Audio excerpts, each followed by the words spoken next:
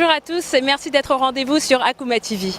Nous sommes à Douala, plus précisément au JICAM qui accueille cette année la Nine Ideas Conference, qui est un événement ayant pour but de valoriser et de promouvoir les idées novatrices en Afrique et ailleurs. Pour cette deuxième édition, nous avons rencontré des hommes et des femmes d'horizons différents, des entrepreneurs, des chercheurs, des étudiants, mais aussi des experts du web passionnés par une seule chose, l'innovation. Restez avec nous pour découvrir ces personnages exceptionnels, mais aussi les différentes idées qui ont été évoquées tout au long de la conférence. Et c'est sur Akuma TV. A tout de suite.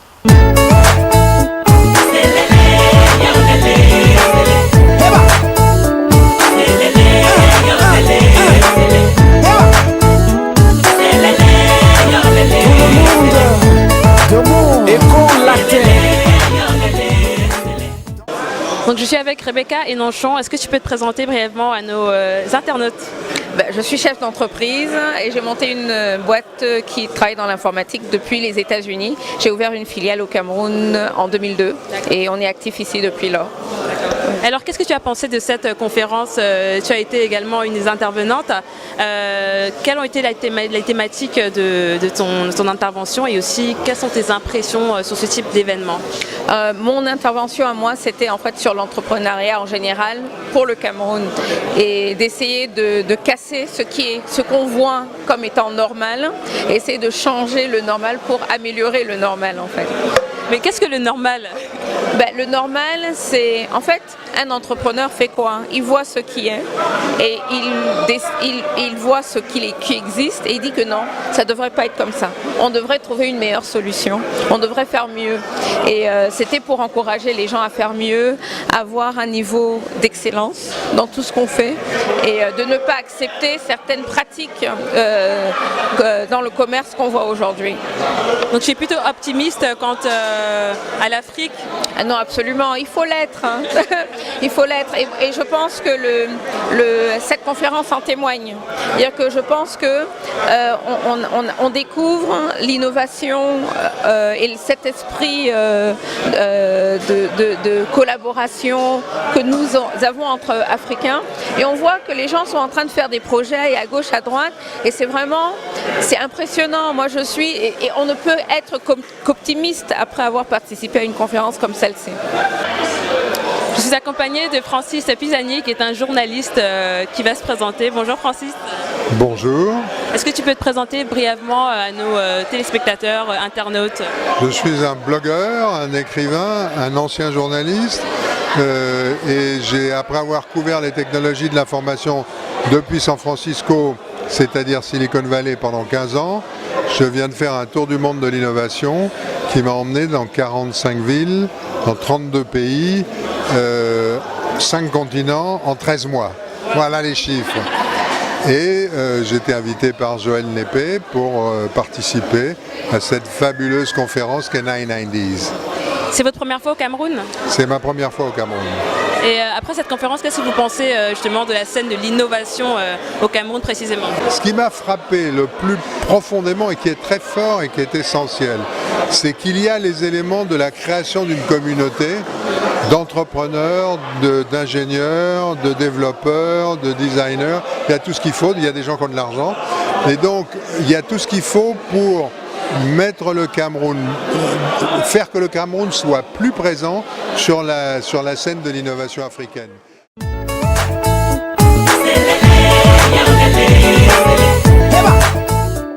Je suis accompagnée de Mathurin qui est responsable marketing chez AfriquePay. Bonsoir Mathurin. Bonsoir. Est-ce que tu peux nous expliquer qu'est-ce que c'est AfriquePay à nos téléspectateurs, internautes sur Akuma TV? Disons en 2 mots, AfriquePay c'est la solution de paiement développée pour l'Afrique et pour les Africains. Donc très simplement c'est de dire désormais à partir de votre téléphone portable, vous pourrez faire des transferts d'argent, vous pourrez acheter sur internet, sur des sites de vente en ligne, vous pourrez payer votre tontine, vous pourrez recevoir votre salaire, vous pourrez faire pas mal de choses. C'est accessible à tous à partir du moment où vous avez un téléphone portable. Parce que dès que vous avez un téléphone portable, qu'importe l'opérateur de téléphonie mobile, qu'importe votre pays, créez votre compte AfriquePay sur internet ou chez un agent, chez un distributeur AfriquePay, vous le rechargez, vous commencez vos opérations. Voilà. Et ça a été fondé quand ce service? Ça fait 1 an et demi que nous travaillons sur notre solution et nous l'avons lancée officiellement de façon institutionnelle depuis le 21 janvier 2013. Voilà. Et recevez-vous des aides et un soutien externe par rapport à AfriquePay? Pour l'instant, non. Pour l'instant, je pense que le capital, il est à 100% privé. Voilà, il est à 100% privé pour l'heure. Et nous nous battons pour, avec ce que nous avons, avec ce que les investisseurs font, pour asseoir quelque chose de sécurisé, quelque chose d'innovant, parce que chaque jour nous travaillons à ce que l'innovation soit au cœur de chacune de nos activités et ainsi répondre aux besoins de nos populations, besoins des populations camerounaises et besoins des populations africaines en général. Voilà. So I'm here with Churchill. Hi, Churchill. Hi, Andrea. So can you introduce yourself to those who don't know you? I'm Churchill Nanje, a Cameroonian based in Buea. I'm a serial entrepreneur. I have started a couple of successful companies and now I'm the lead developer and the promoter of Njoko.com. Okay, so you founded Joker.com. So how is it going? Okay, Njoko.com is actually moving fast. We are getting like 30 new users registering every day with their CVs, and we have a minimum of 1,000 searches daily, and we send out email alerts like 10,000 job seekers daily, and it's growing. Our target is to get like 1 million daily users, but we are going there gradually. It's just 2 years, so yeah. Well, congratulations. Yeah, thank you. So during the conference, you talked about Njoku students. Can you tell us more about this service? Yeah, Njoku for students is Njoku offers job search and career solutions, mostly to job seekers now and employers. But we want to target the students because they're the future. So we want to develop particular solutions for students in Africa that are maybe looking for jobs or internships in Africa or looking for scholarships. We want them to have a unique place where they put their profile and they can get contacted even when they're sleeping. Like you just put your profile there and MTN can find your profile to be interesting and they can contact you for something, or maybe CCC, or I don't know, all these like Maersk, all the big companies or even the small companies. You can just search and say, okay, I'm looking for a marketing student in Douala. They see you and they contact you. Yeah. So when did you launch it? We are still testing it right now. We are going to launch it in April. That's in a couple of weeks' time. Yeah. Okay. So what's next for you, for Churchill? For Churchill right now, what's next is just Njoku till I don't know. Well, we wish you good luck with your successful stories and companies and everything. Thank you, Andrea. Thank you very much. Thanks a lot, and thanks for giving me the opportunity.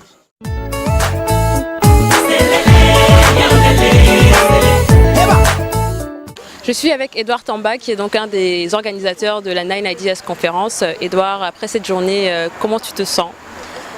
Bon, il y a beaucoup de fatigue, très fatigué parce que ça prend 12 mois pour organiser ce que vous avez vu. Ça, c'est la première des choses. La deuxième des choses, c'est un petit sentiment de satisfaction parce que on a pu tenir le pari de rassembler des personnes qui aiment l'innovation dans une même salle.